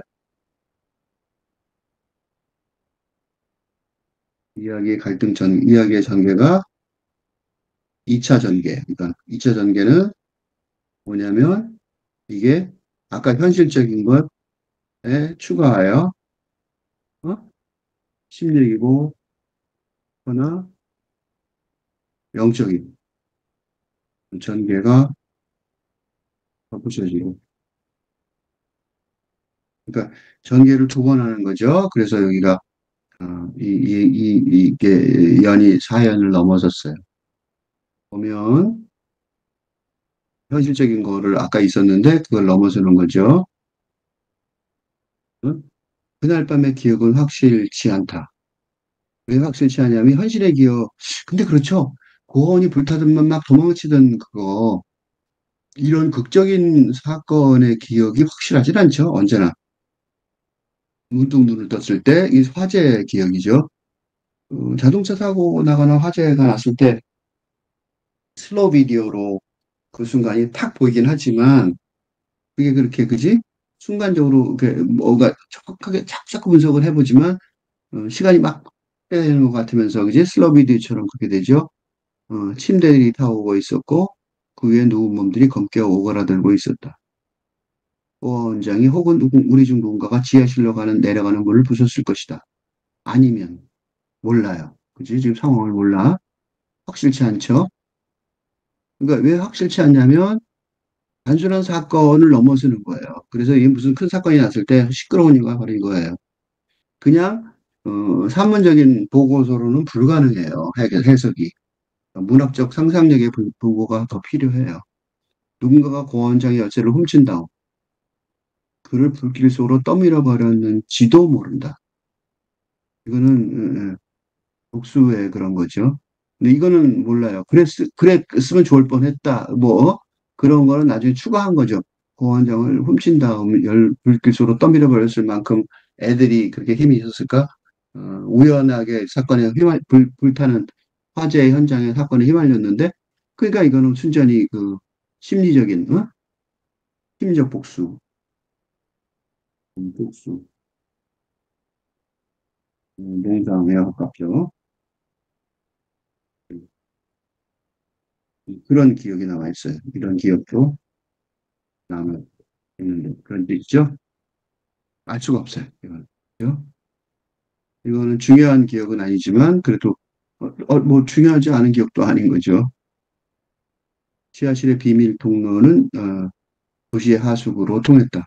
사실일지 아닌지 모르겠어요. 그럴 수도 있겠죠. 도망칠 데가 없어요. 위에 불이 났으니까 밑으로 갈 수밖에 없죠. 우리는 칠흑같이 검고 축축한 어둠을 끝없이 걸었다. 하수도는 미로처럼 사방으로 뻗어 있었고 갈림길이 나타날 때마다 우리는 각자 택한 구멍 속으로 하나둘 사라져 갔다. 이게 굉장히 미묘한, 여기서부터는 우리가 각자 택한 구멍 속으로 하나둘 사라져 갔다. 갈림길이 나타날 때마다. 그래, 갈림길이 많지는 않았을 거 아니에요? 그치? 근데 여기서 내가 참고 자료가 있는데 오늘 좀 이따 다시 올게요. 자꾸만 잠이 왔다. 꼭꼭 졸면서도 저 멀리서 어둠에 입술이 달짝거리는 소리를 들었다. 향해 걸었다. 눈을 떴을 때 나는 혼자 있었다. 천장에서 희미한 빛이 새어들고 있었다. 나는 그 아래 있는 철제사들을 타고 기어 올라갔다. 뭔가 하나의 삶을, 뭔지 모르지만 새로운 하나의 삶을 선택한 선이죠. 그죠? 뭔가 새로운 하나의 삶을 선택하였던 거야. 그러니까 지상으로 올라가 보니 진눈깨비가 내리고 있었고 나는 어느새 내가 어른이 되어 있음을 알았다. 그지? 나는 내 몸을 내려다보았다. 내 목에 넥타이가 매어 있었고 내 손엔 수류 가방이 들려 있었다. 잿빛의 인파 속에서 나는 출근하기 위해 서둘러 기천체에 올라탔다. 그러니까 현실이죠, 요거는. 요건 현실인데 중요한 건 그 현실이 이전에 있었던 내가 왜 지금 그러니까 내가 왜 지금 중년의 남자가 되어 있는지. 더 중요한 거는, 더 중요한 내용은 왜 내가 아는, 내가 인식하는 소매치기 아이와 반갑게 만나는 관계가 아니라 우리시 서로 하고 이제 어떤지 잘 몰라요. 차갑든 따뜻하든. 음,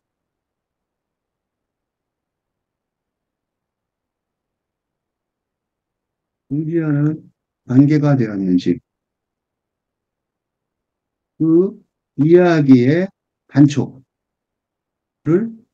제공하고 일단 여기서 이제 왜 서로 쳐다보고 있는지 이제 알게 된 거죠. 요거 있죠, 요거. 요게 굉장히 결정적인 변화 같아요. 그치? 그러니까 불타는 세상을 벗어나서, 그치? 도망쳤어요. 그런데 새로운 삶이 다시 생긴 거예요. 그건 뭐냐면, 기존에 온통 불타는, 응? 응? 온통 불타는 거죠? 온통 불타는 세상이죠? 그러니까 국제적인 존재, 고아 원장도 아주 무기력해지는 응? 엄청난 사건의 현장을 벗어나서 전혀 새로운 삶을 선택하게 된 기록을 말하자면, 이미지로 표현하자면, 이렇게 된 거야. 그치?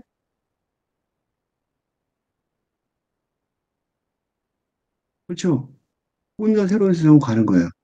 이게요, 내가 이걸 보면서 하수도는 미로처럼 사방으로 뻗어 있었고, 갈리길이 나타날 때마다 우리는 각자 택한 구멍 속으로 하나둘 사라져 나갔다.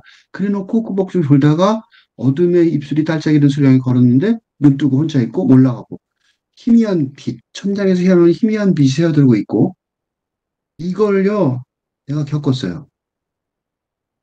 어떻게 겪었냐면, 내가 그래서 청구자를 이는 내 시예요.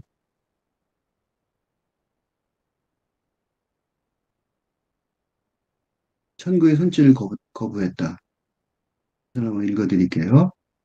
어느 날 쓰러진 나는 천국의 손짓을 거부했다. 요거 좀 미리 얘기해 줄게요. 요거예요. 조금씩 정신이 들었다.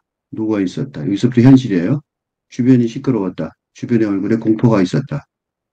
아들의 얼굴에 공포가 있었다. 뭐냐면, 목욕하고 나온 벌거벗은 몸으로 볼품없이 처박혀 있었다. 그 죽음의 여행을 시작했었다. 그런데 그런 상황인데, 이게 위에서 나오는 음식물이 이게 이렇게 쓰러지면요, 기도로 들어가서 천천히 질식사의 사정으로 죽어요. 어? 그런데 우연히 안 죽었어요. 왜냐하면 이게 오래전 얘기인데 경주에 갔다가 난 막걸리 같은 술을 안 좋아하는데 하도 똑같은 집을 며칠 가니까 주인이 막걸리를 먹으라고 자꾸 권해서 서비스로 줘서 한 잔인가 두 잔을 마셨는데 이제 그러고 목욕을 바로 갔다가 아들하고 이제 꼬마였던 초등학생이 있던 아들하고 갔다가 목욕탕에서 나와서 쓰러졌어요. 옷 갈아입는 데서 쓰러졌는데 옆에 있던 우연히도 조폭 같은 사람들이 그때 거기 목욕탕에서 기도를 보고 있는 거죠. 이상한 사람들을 막으려고. 그러니까 이 사람들은 죽는 걸 너무 많이 봤잖아요, 장면을. 근데 나를 보고 그 조폭 같은 사람이 어떻게 했냐면 저거 했어요. 옆으로 앉혀놨어. 쓰러져서 쓰러지니까 이 사람이 보고 있다가 이렇게 벽에 이렇게 앉게 한 거죠. 그 음식이 올라왔다가 내려갔어요. 그리고 토한 거죠. 안 죽었어요. 근데 그 사람을 그리고 고맙다는 말도 할 거 없이 그 사람 이제 얼핏 봤는데 정신 차린 다음에 그리고 사라져버렸는데 막 온몸에 문신 있는 조폭이었어요. 그러니까 자기도 하기 싫었던 거죠. 인사받기. 어쨌든 그래서 내가 이런 경험을 했어요. 그 죽음의 경험이죠. 이걸 뭐라 그러는 줄 아세요? NED.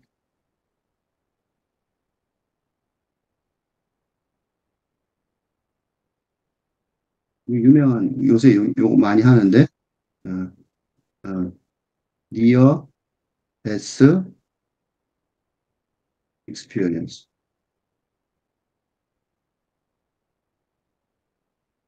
근사체험. 근사체험이라고 그래요. 한자말로 쓰는데 근사는 여기서 이거예요. 없다 여기. 근처에 갔다는 거야. 근처. 뭐 근처에 죽음. 사. 이때 죽을 자자 써요. 이런 말이 없냐 하지 한자말이. 근사. 죽음에 가까이 간 체험이에요. 어? 이게 이제 뭐 하는 사람들 그런데 많이 나오는데 내가 바로 그런 경험을 한 거죠. 근사 체험을. 그리고 이 근사 체험은 나한테만 한 게 아니라 음, 인류 최초의 종교서적인 티베트 사자에서 사자는 죽은 자죠. 사자. 그래서 이 사자는 이거예요. 죽은 사람 요거. 사자. 여기서. 이게 티베트도 있고 이집트도 있어요. 티베트가 먼저인데 이집트. 그러니까 이거 완전히 몇 천 년 전, 4천 년 전인가, 3천 년 전인가. 인류 최초의 종교의 서적이죠.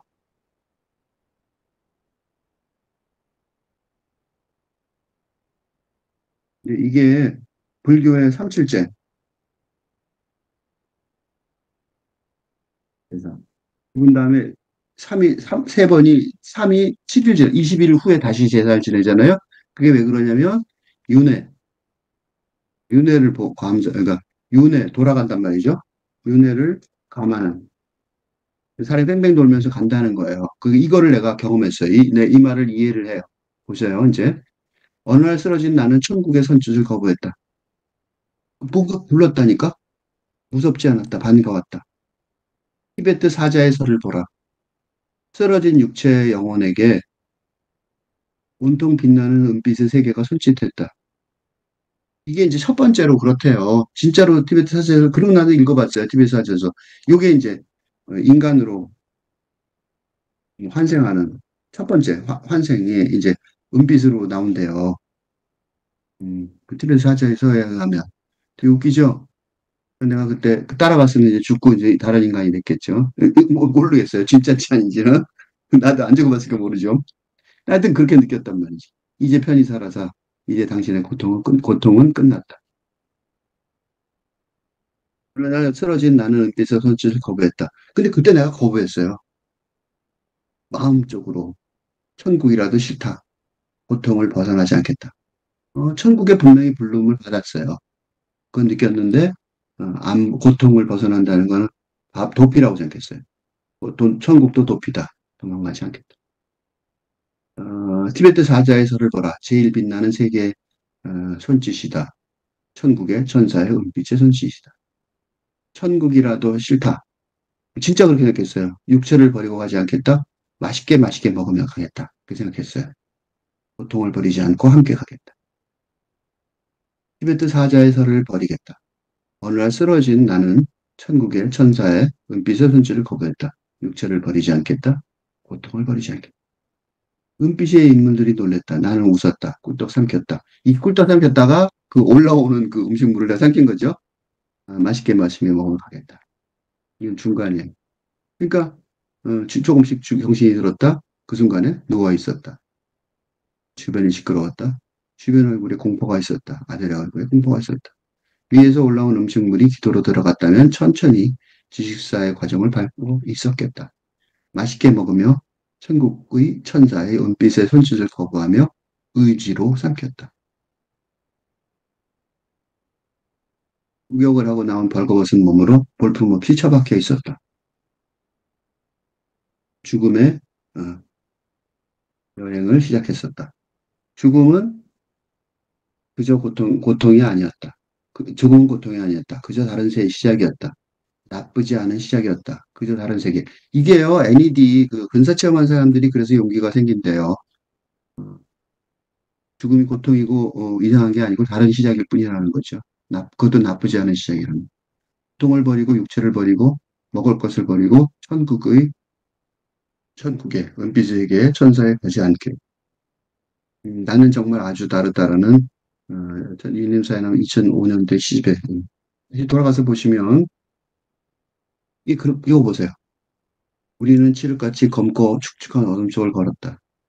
하수도는 미로처럼 상으로 뻗어 있었고 갈림길이 나타날 때마다 그러니까 우리는 따로 각자 택한 구멍 속으로 하나둘 사라져 간 거죠. 각자 가야겠죠. 누구니까 자꾸만 잠이 왔다.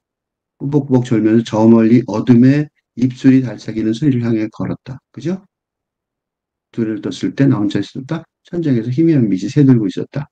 나는 그 아래 있는 철제소대를 타고 기어올라왔다. 그러니까 인간으로 환생한 거죠. 지상으로 올라오니 진흙개비가 내리고 있었고 나는 어느새 내가 어른이 되어 있음을 알았다. 내 몸을 내려다보았다. 내 목엔 넥타이가 매어 있었고 내 손엔 허리 가방이 들려 있었다.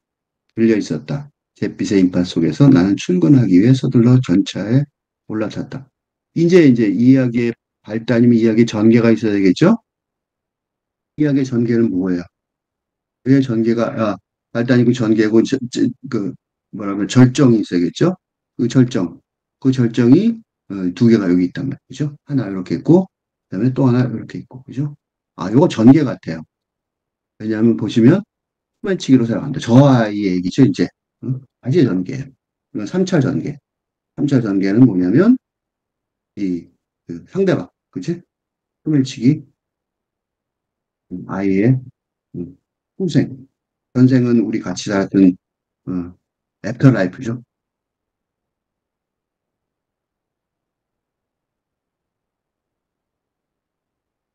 후생이죠. 그러니까 앞에 거는 나의 후생이고 이거는 이제 소매치기 아이의 후생에 관한 것 같아요. 보시면 여기 있죠, 요거. 지금 내 앞에 있는 저 아이처럼 소매치기로 살아간다. 이렇게 써 있잖아요. 요것 때문에 내가 그렇게 얘기한 거예요. 오랜 세월이 지난 지금도 고아원의 우리는 도시 곳곳에서 서로를 알아볼 수 있다. 왜 서로를 알아볼 수 있어요? 같은 영혼의 세계 속에 있었으니까. 그지? 그러니까 이건 무슨 세계예요? 영혼의 세계죠. 같은 소속, 전생에, 전생에, 지금 생에 말고 같은 소속이었으니까. 고아원에 있잖아요. 응? 고아원에 같이 있었으니까. 이건 이제 이 이야기, 시적인 이야기의 차원에서 이렇게 말하는 거고, 그거는 시인의 얘기고, 설명이고, 평론한다면 뭐가 되냐? 이건 뭐야? 영적 수준이 같은 사람들은, 그렇지? 그러니까 전생을 모르는 사람도 있을 거 아니에요, 그렇지? 전생이 모르는 사람, 즉, 전생을 모르는, 응? 육체적이고, 이성적이고, 감정적인 차원에서만 살아가는 사람들끼리와 달리, 영적인 전생과 후생의 삶을 알고 있는 우리는. 그지? 지금 이거는 그러니까 영적인 얘기인 거죠. 육체적인 상황 속에서 설명을 하지만, 현실에 설명하지만 그런 얘기죠. 그러니까 누군가는 나와 비슷한 나이 중년이 되어 있지만 또 누군가는 노인이 되어 있다. 이때 중년과 노인은 다 뭐예요? 그러니까 뭔가의 변화예요. 그지?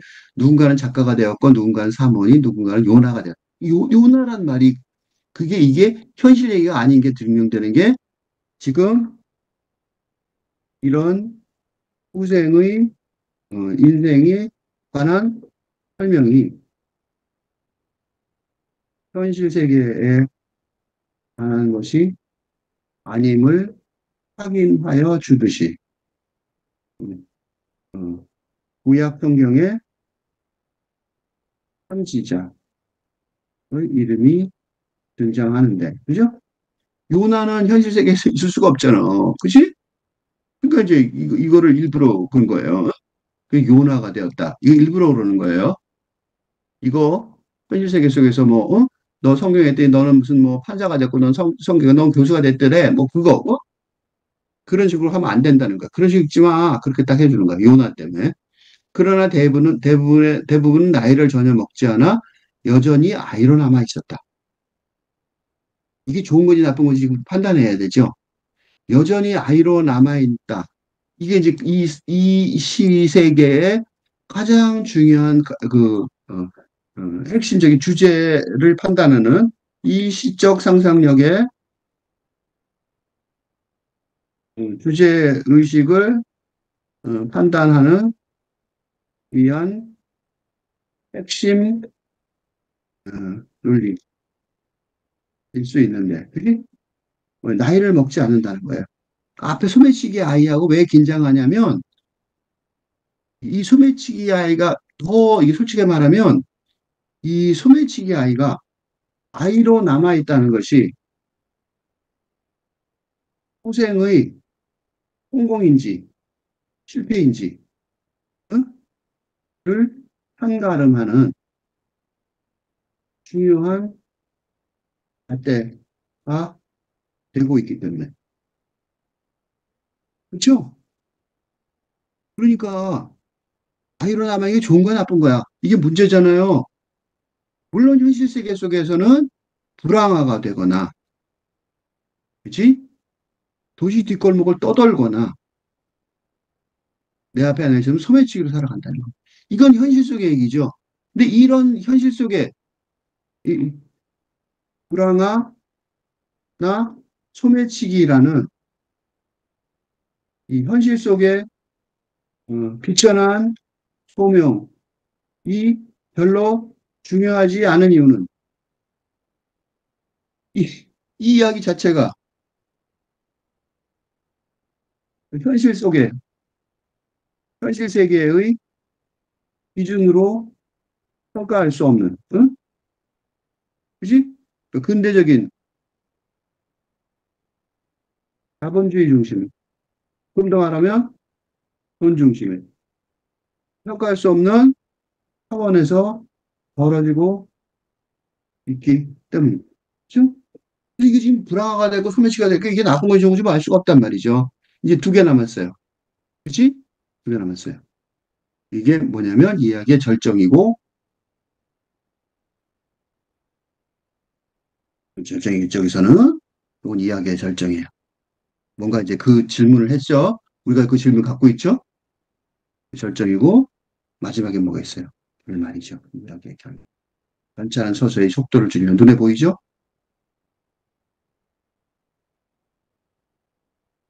응? 새로운 시대에 어쩌면 현대 시대의 소설, 새로운 소설의 길을 시적 상상력으로 열어 보이는 작업일지도 모르겠다는 생각이 드네요. 응? 어쨌든 읽어봅시다. 소설 읽는지 시 읽는지 좀, 그러니까 시와 소설의 장르가 왜냐하면 시와 소설의 장르가 혼재되어 때문입니다. 근데 한편으로 보면 그런데 영화가 바로 시와 시적 상상력과 소설적 상상력이 혼재되어 있기에 가장 영상이 영상 예술이 가장 대표적인 장르가 되고 있는지도 그래서 그거를 갖다가 그래서 시도 그런 이 아방가르드 시도 시 창작 노력도 그런 길을 하려는지 그죠? 그런 것 같아요. 이 서대행 시인이 그런 작업을 하는 것 같아요. 보면 이제 마지막 두 연 읽겠습니다. 나는 읽고 있던 신문을 천천히 접어 서류 가방에 넣은 뒤 고개를 들고 있다. 대결이죠. 대결. 오랜만이야 꼬맹이. 그가 속삭인다. 이란 말을 상대방이 해요. 그러니까 보시다시피 이제 난 꼬맹이가 아니야. 나 속삭인다. 왜 속삭여요? 이거는 현실 세계 속에 거의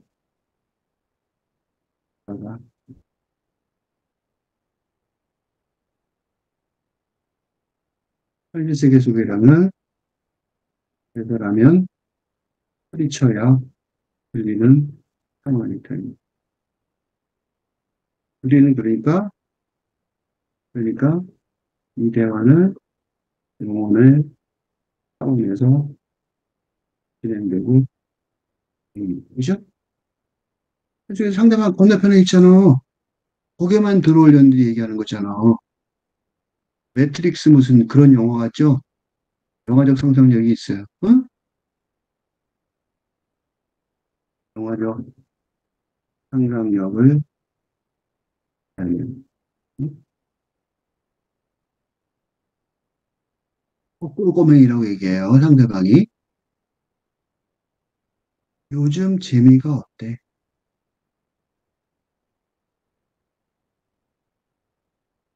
요즘 재미가 어때? 누가 말했을까요? 재미란 단어 좋아요. 길게 얘기해서 생략하겠습니다. 그러니까 근대적인 판단의 기준은 아니죠. 근대, 근대 자본주의 사회의 성공 판단의 기준은 기준이과는 장 거리감을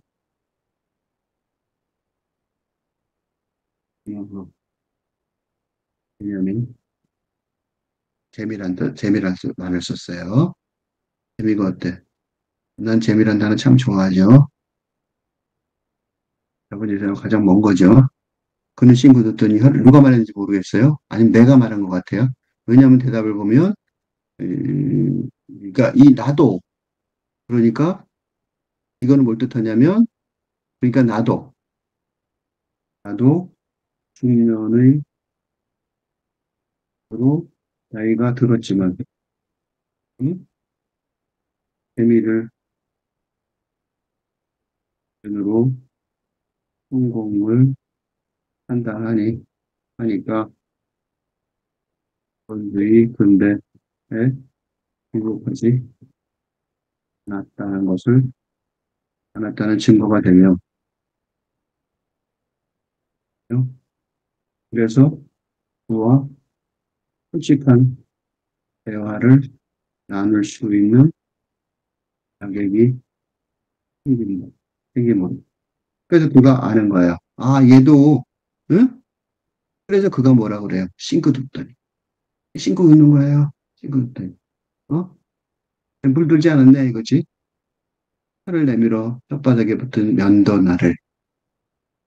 그 자기의 비밀. 그지? 그러니까, 이 자본주의 근대국가에서라면 범죄의 증거가 될 수도 있는 자신의 치부를 모두 드러낸. 이건 뭐예요? 나에 대한 신뢰를 어, 드러낸. 그죠? 다 보여주는 거지. 나? 이거 해? 하고 보여주는 거죠. 그죠? 근데 그게 좋은 일이 아니고, 소매치기 하는 도구죠. 그리고 하는 소리가, 며칠 전에 요나를 만났어. 무슨 시를 쓴다던데. 그러니까 요나가 누구예요? 요나가 자기예요. 나. 무슨 시를 쓴다던데? 우리에 관한 시 말이야. 이게 이제 이 시의 주제죠. 허튼 짓 말라고 그랬어. 너희는 우리를 몰라. 이게 이제 주제예요. 이 시의 주제. 허튼 짓인 거 뻔해요. 모르겠어요.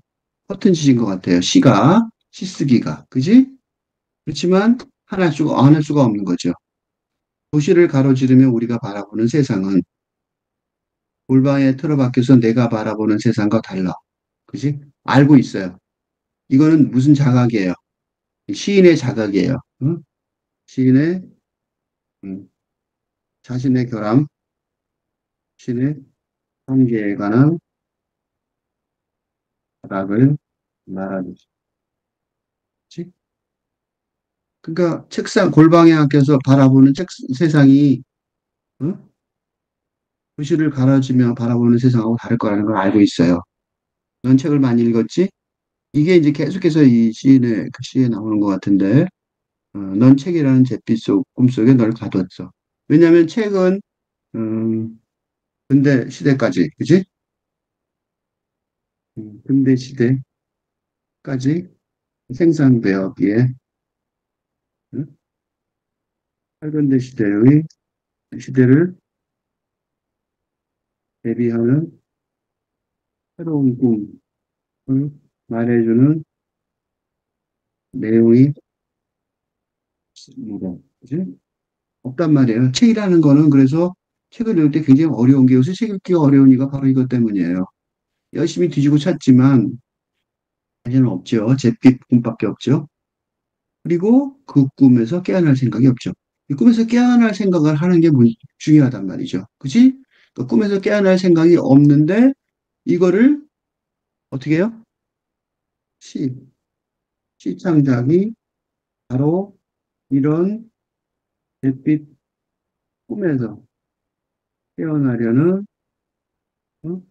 최후의 바람 같은 노력이 된다는 걸 말해주는 거죠. 그죠? 그러니까 야, 너 뭐 쓰는 게 얼마나 잘 되겠어. 그지? 이거는 그러니까 어, 비난이기도 하지만 격려이기도 하는 거죠. 그죠? 그래서 뭐라 그러냐? 예? 비난 같아 보이지만 그래서 격려처럼 들리는데 이게 격려라는 사실을 알아들어요 또. 그래서 그래. 내가 이 전차의 꿈속에 널 가둔 것처럼 말이지. 그죠? 하고 내가 속삭여요. 아니, 우린 꿈속에 갇혀 있지 않아. 이게 중요한 거예요. 그러니까 소매치기 아이를 만난 이유가 있어요. 이 화자인 내가 소매치기를 아이를 만난 이유 또는 소매치기 아이의 존재를 억지로 상상한 이유를 말하자면 이게 절정이에요. 그래서 절정이에요.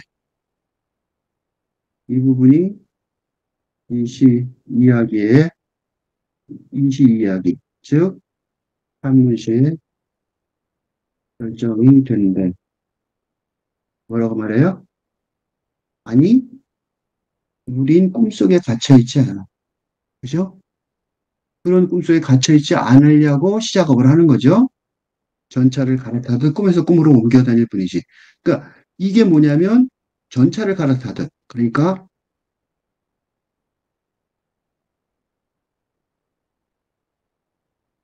전차를 갈아타기 어렵죠?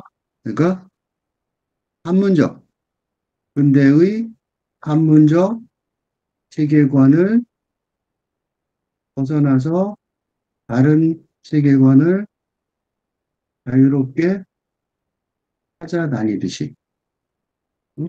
시적 상상력에 힘을 입었다. 그러니까 소매치기 아이가 나하고 다른 존재 같아 보이지 않죠? 둘 다 뭐에 같아요? 그 소매치기 아이는 나와 다른 존재인지 여부와 상관없이 그 상관없어요. 타잔짜니 상관없이 시적 상상력의 동지, 영혼의 동지인데 그죠? 그렇죠? 꿈에서 꿈으로 옮겨 다닌단 말이죠. 우리는 웃고 떠들고 훔치고 다른 나라에 깨어나. 왜 다른 나라에 깨어나가 뭐예요?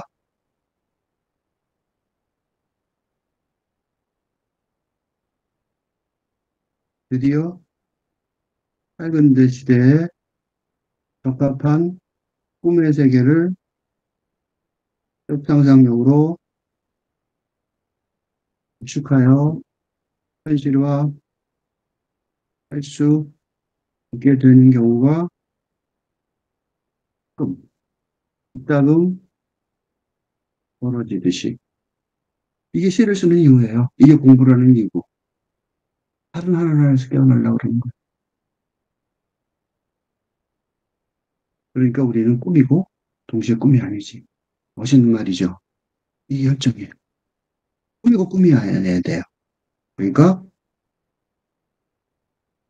꿈이고 꿈이 아니어야 하는 시대. 즉, 근대의 꿈이고 근대의 꿈이 아니어야 하는 시대. 즉, 할근대의 꿈이고 할근대의 꿈이 아니어야 하는 시대. 그치? 이게 무슨 소리냐면 좀 더 추상적, 너무 시적으로 말했죠. 꿈이고 꿈이 아니어야 하는 시대. 지금 근대의 꿈을 벗어나는 어? 그게 같은 짓이라는 것을 힘을 어, 뼈 아프게, 예, 가슴 아프게 확인하는 시대이면서 밝은 데 꾸미고, 응? 그렇지만, 그렇지만, 농상이나 환상이 아닌, 정말로 확률이 만들어지고 창조되는 상황이 벌어집니다. 그런 일이 벌어질 수 있단 말이죠. 이게 이시를 쓰는 이유예요. 이제 이 이야기, 이 선문식 결말입니다. 전체를 속도를 줄이며 천천히 여관으로 들었다. 나는 말 없이 아이의 눈을 들여다본다. 이 꿈이고 꿈 아닌 거에 대해서 대답을 해야겠죠? 그가 자리에 일어나서 문 앞에 다가선다. 그죠 이제 그 자기의 그 꿈이고 꿈 아닌 그런 존재의 현실화가 나가겠죠? 꿈맹이, 난 널 잘 알아. 넌 한 번도 너의 꿈을 믿은 적도 사랑한 적도 없지. 넌 자신이 이 삶과 무관하다고 생각해. 그래서 진짜로 살아본 적이 없는 거야. 넌 여전히 고아원의 잿빛 벽에 벽 속에 웅크린 겁먹은 아이로 남아 있을 뿐이야. 반대로 우리는 꿈속에서 300살은 더 나이를 먹었지.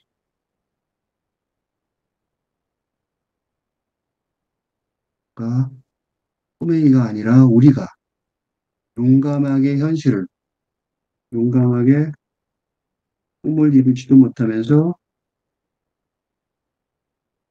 견디면서 살아온, 그래서 중년이 되어버린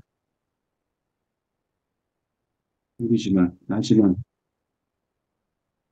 그런 우리가 제대로 된 삶을 언젠가는 살게 할 테이고, 환상의 소매치기 꼬맹이에게 작별을 고할 수 있게. 응? 그래서 선언을 하는 거예요. 응?